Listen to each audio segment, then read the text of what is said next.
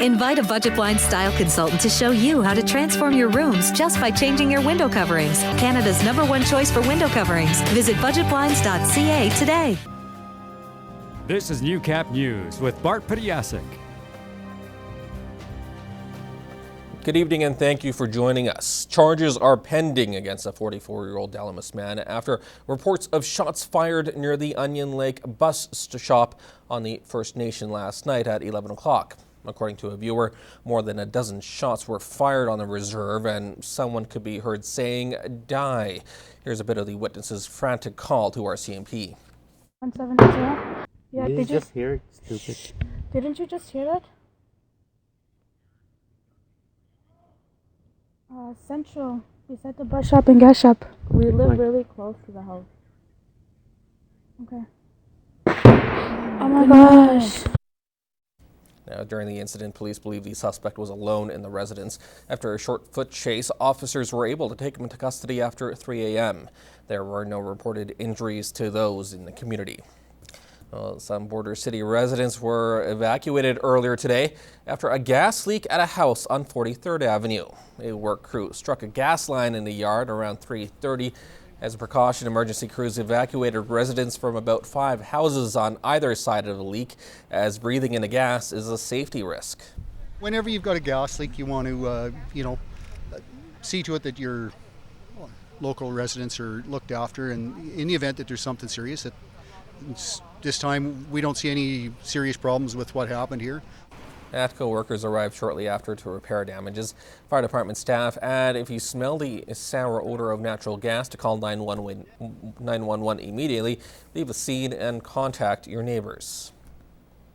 Hay producers in Western Canada are struggling to fill the demand from livestock producers hit by this year's drought. Ranchers from BC to Manitoba face shortages and need supplies to get through the fall and winter.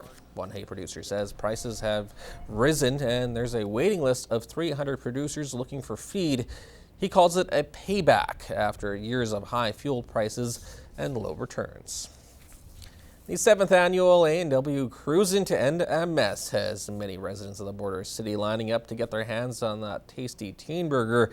The event, which is being held in Lloydminster and all A&Ws across the country, is giving anyone the opportunity to buy some food while a portion of the proceeds go to a special cause. Krisha Khan has more on this week's Healthy Living.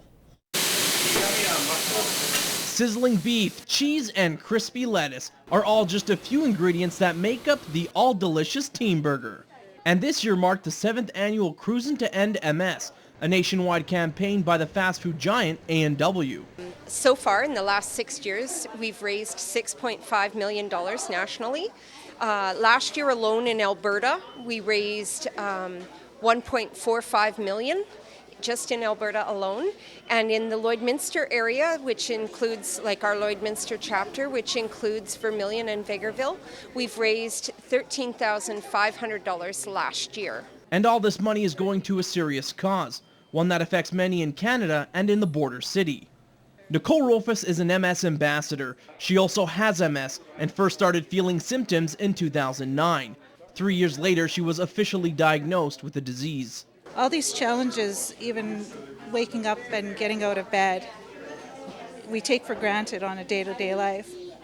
And those are challenges to us because it feels like big weight on our body in the morning when we try to get out of bed and get up. And yes, we may have a smile, but we may be in severe pain too. All the money raised will be going to various areas to help fight MS. It stays for the local programs and services, for support groups.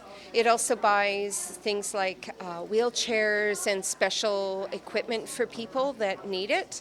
Plenty of residents from the border city are lining up to show their support for the fight against MS. $1 from every teen burger will be donated to help fight the cause. Krisha Khan, Newcap News. When you follow your passion, you have to be able to weather the challenges that come along with it. As Gerard Lampow explains in this week's Agriculture Report, this year's drought has brought producers back to reality as they grapple with Mother Nature. The neighbors, the cattle guys came and looked at our crops, and they said it's not worth it. That's how bad the drought in 2002 affected this producer's family operation. Gary Iben's family has been growing grain dating back to his grandfather, who came to this area in the 1930s. He describes 2002 as the worst. We didn't even start the combine that year. We couldn't even, the crop didn't even germinate, a lot of it, and they just, crop insurance came out and wrote off all the crops in the end of July and cultivated them all up and sprayed them out, and that was the end of harvest in July. Even as a kid growing up, he remembers tough times. In the 90s, we had a lot of bad years, and in the 80s, when I was just a little kid, I seen lots of, we used to farm a lot different, cultivate, and big dust storms, and there was lots of years of very poor crops. Technology has certainly helped increase production, but still the weather can't be tamed. Now with us farming with minimum till, zero till, we can get a little bit better with low rain, but I've seen everything from snowfall in August to flooding to drought, everything. Gary did not take over the family farm right away. He worked for 2 years in the ag sector, selling fertilizer and grain. But in late 2004, his father passed away, and since 2005, he has been producing grain on some 3,600 acres. His love of family is the main reason he has stuck it out.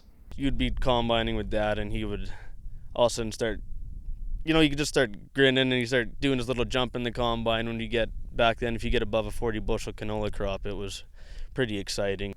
Gerard Lampow, Newcap News.